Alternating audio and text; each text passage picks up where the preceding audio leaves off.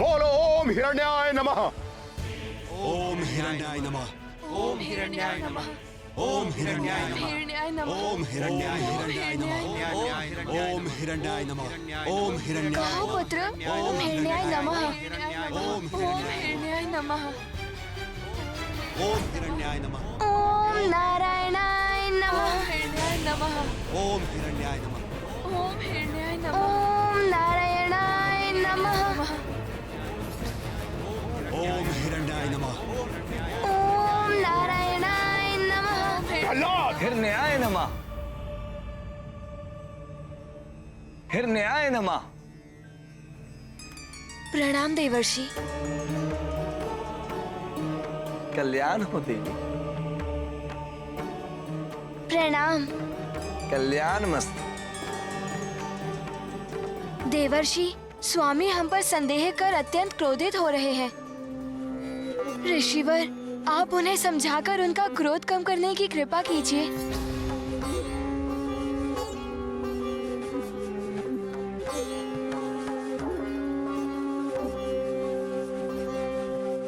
ओम हिरण्याय नमः। ओम हिरण्याय नमः। सावधान देवर्षि, आपकी किसी भी सुझाव की कोई आवश्यकता नहीं है हिरण्यकशिपु को। अवश्य महाराज, सुझाव नहीं दूंगा मैं, मात्र इतना कहूंगा कि आपके पुत्र का कथन सर्वथा सत्य है। स्पष्ट कहिए देवर्षि, क्या अर्थ है आपका? क्या सत्य है उसका कथन में? यही महाराज कि श्री हरि ने ही आकर एक ही समय पर आपकी पत्नी और आपके पुत्र को भोजन कराया।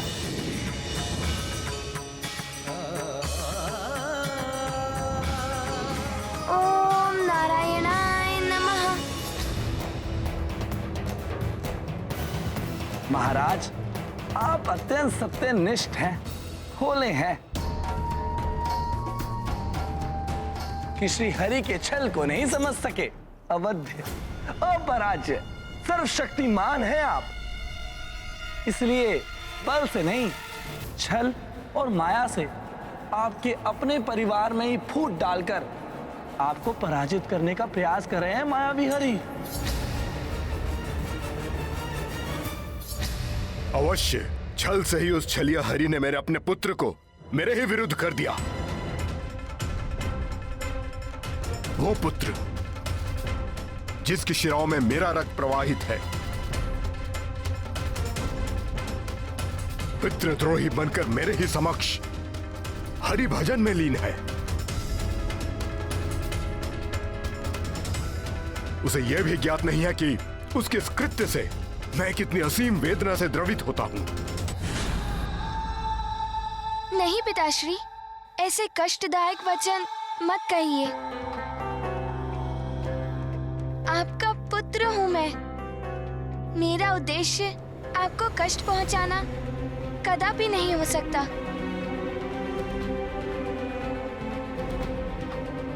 तनिक विचार कीजिए महाराज, इस अबोध बाल बुद्धि में आपके प्रति विषाक्त विचारों ने प्रवेश कैसे किया? अवश्य छल है।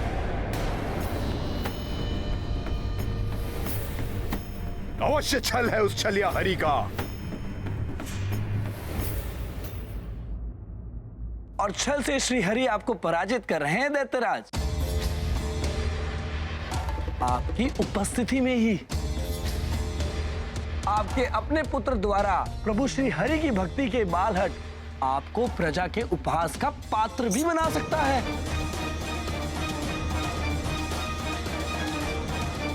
परंतु पुत्र मोह से विवश उसको दंडित कैसे करेंगे आप?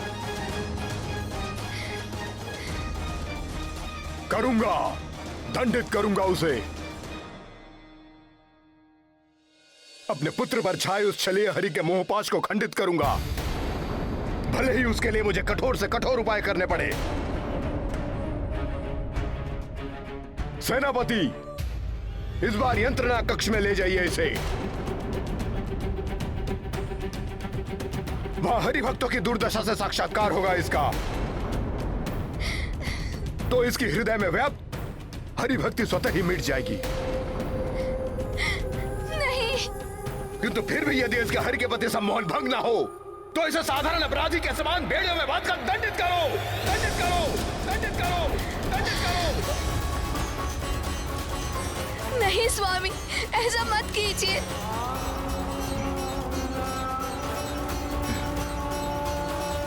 जैसा आप चाहते हैं वैसा ही होगा पिताश्री।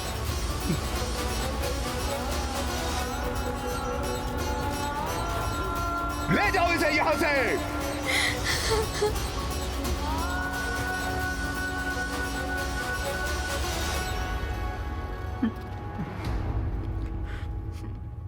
माता, देवर्षि नारद तो स्वयं महाहरि भक्त हैं।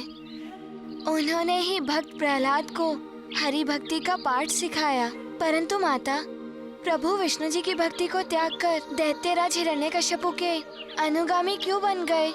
पुत्र, देवर्षि नारद जी अपने नटखट स्वभाव के लिए प्रसिद्ध हैं, परंतु हास परिहास से परिपूर्ण उनकी प्रत्येक युक्ति में जगत कल्याण का कोई उद्देश्य अवश्य निहित होता है, जिसका सुखद परिणाम भविष्य में दिखाई देता है। परंतु माता, देवर्षि ने तो हिरण्यकश्यपु को उकसाया कि वो भक्त प्रहलाद को यातना देकर दंडित करे।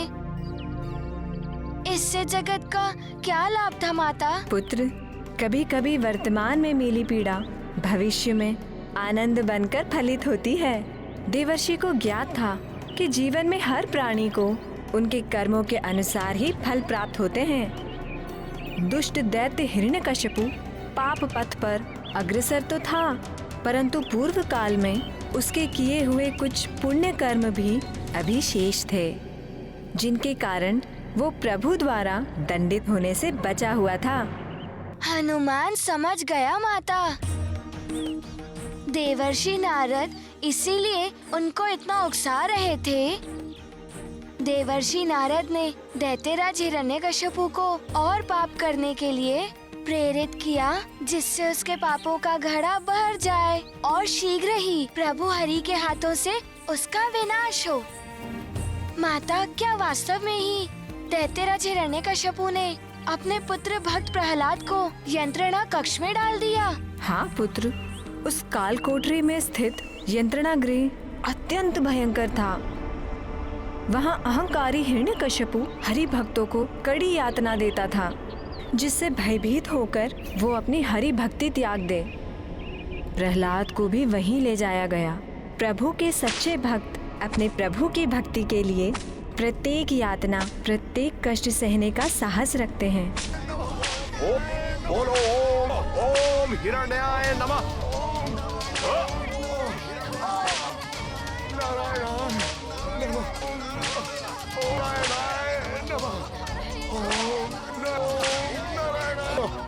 जो सत्य है वही बोलूंगा। ओम नारायणाय नमः। रुक जाइए। ऐसा करते हुए आपके हाथों में कंपन नहीं होता? यहाँ हमारे हाथ नहीं युवराज, स्वयं हरि भक्त कांपते हैं। हरि भक्ति छोड़ने पर ही यहाँ से मुक्ति मिलती है, और जो हरि भक्ति नहीं छोड़ते स्वयं प्राण उनका साथ छोड़कर उड़ जाते हैं। अन्यथा हम उनकी जिह्वा काटकर हरि नाम लेना असंभव बना देते हैं। बोलो बोलो ओम हिरण्याय नमः। ओम नारायण, ओम नारायणाय नमः, ओम नारायणाय नमः, ओम नारायणाय नमः। बोलो हिरण्याय नमः। ओम नारायणाय नमः, ओम नारायणाय नमः, बोलो ओम हिरण्याय नमः। नमः, ओम नारायणाय।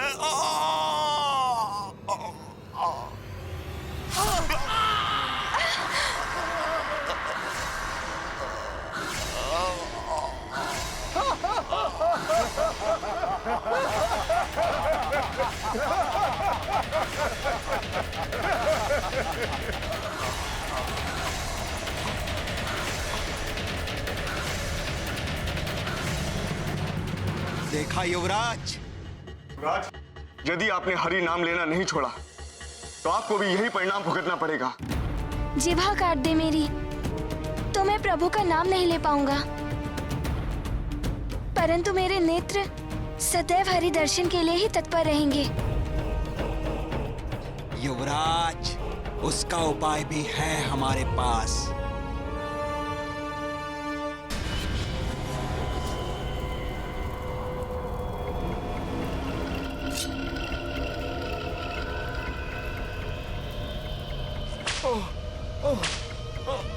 ओम नारायणाय नमः।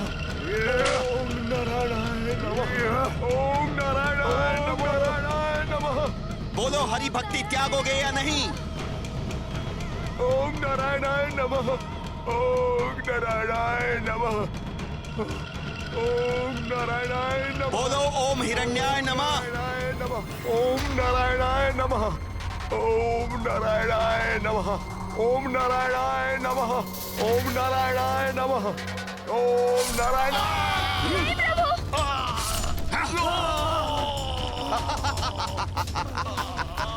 हे प्रभु, अपने भक्तों की रक्षा कीजिए।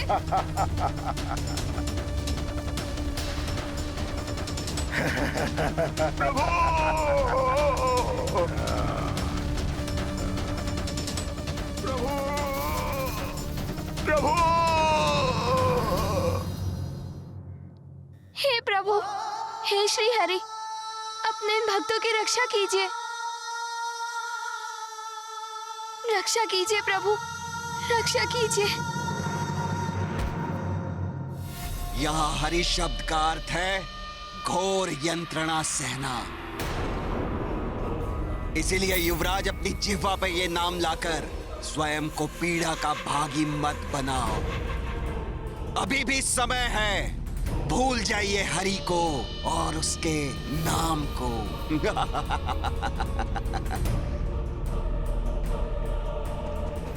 आप जीवा काटकर हरि नाम का उच्चारण करने से रोक सकते हैं, नेत्रों को छीनकर हरि की प्रतीक्षा में बिछी दृष्टि को बाधित कर सकते हैं, लेकिन मन में स्थित हरि स्मृति को कैसे मिटा पाएंगे आप?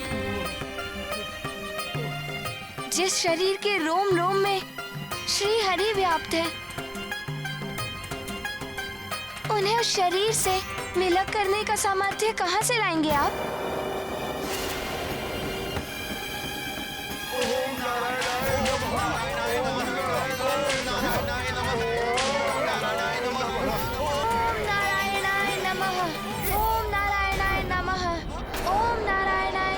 प्रतीत होता है युवराज, तुम्हें भी अन्य हरि भक्तों की भांति पीड़ा देकर हरि के प्रकोप से मुक्त कराना होगा।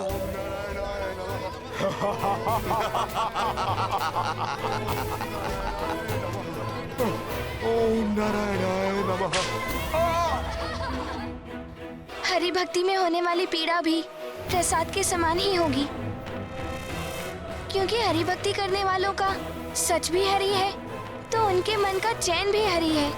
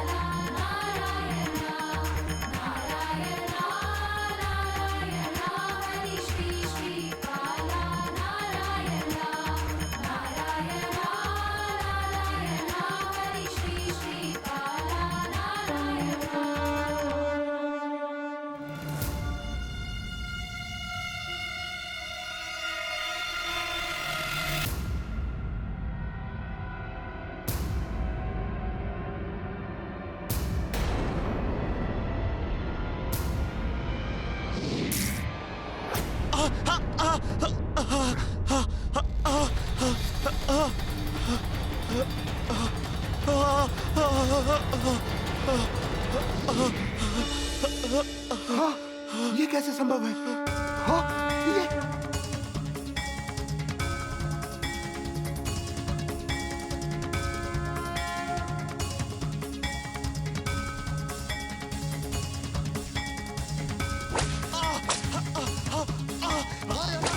ये कैसे संभव है?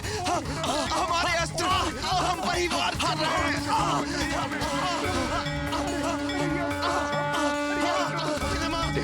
ओम हिरण्याय नमः। हे प्रभु, ओम नारायण नमः। मुझ पे कृपा दृष्टि कर मेरी जीवा लौटा दी है प्रभु आपने। आपकी दया से आपका भक्त ही धन्य हो गया प्रभु।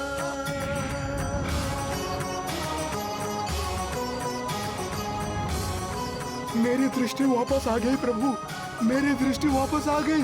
आपका शत शत नमन प्रभु, आपको शत शत नमन प्रभु। ओम नारायणाय नमः। ओम नारायणाय हे प्रभु, नमः। प्रभु धन्यवाद।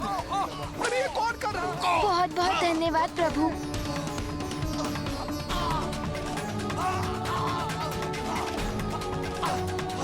ओम नारायणाय नमः।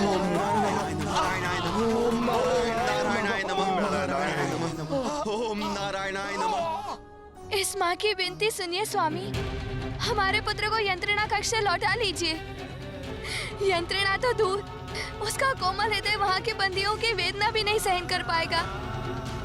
इतने निष्ठुर मत बनिए स्वामी, मेरे पुत्र को इतना कठोर दंड मत दीजिए।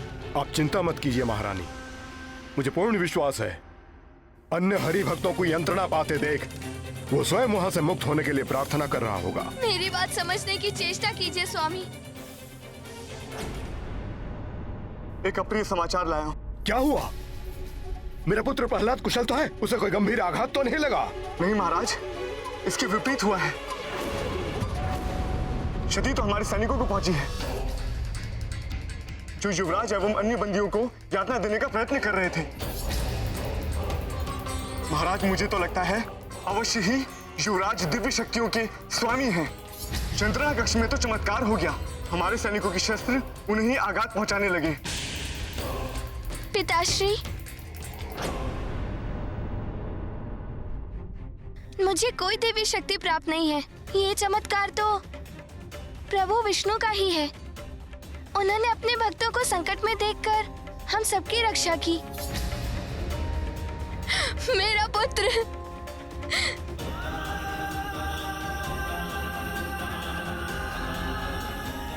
सुरक्षित है, मेरा पुत्र तनक भी आहत नहीं हुआ। माता, प्रभु श्री हरि जिसकी रक्षा करे उस पर कोई विपदा कैसे आ सकती है? आप व्यर्थ चिंता मत कीजिए, मेरे प्रभु मुझे कोई कष्ट नहीं होने देंगे।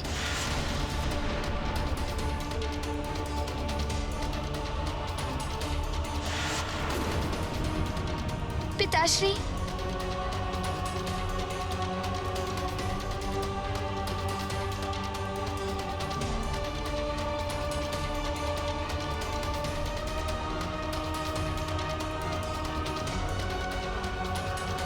पिताश्री, अब तो आपका विश्वास हो गया ना कि श्री हरि ही ईश्वर है? सुपुत्र की इच्छा थी मेरी,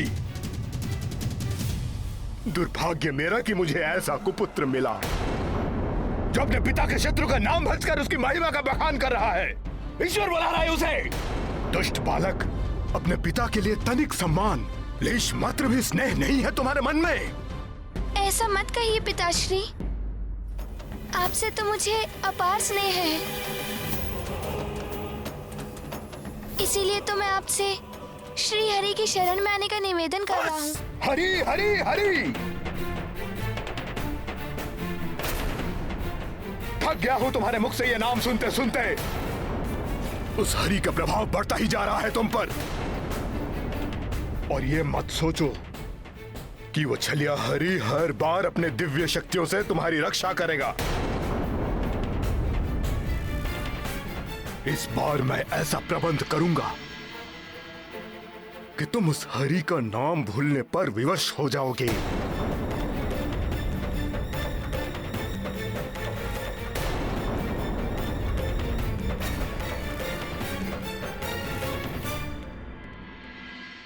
अहंकार सत्य और असत्य का भेद करने की शक्ति भी हर लेता है और मनुष्य को अंधकार की ओर धकेल देता है।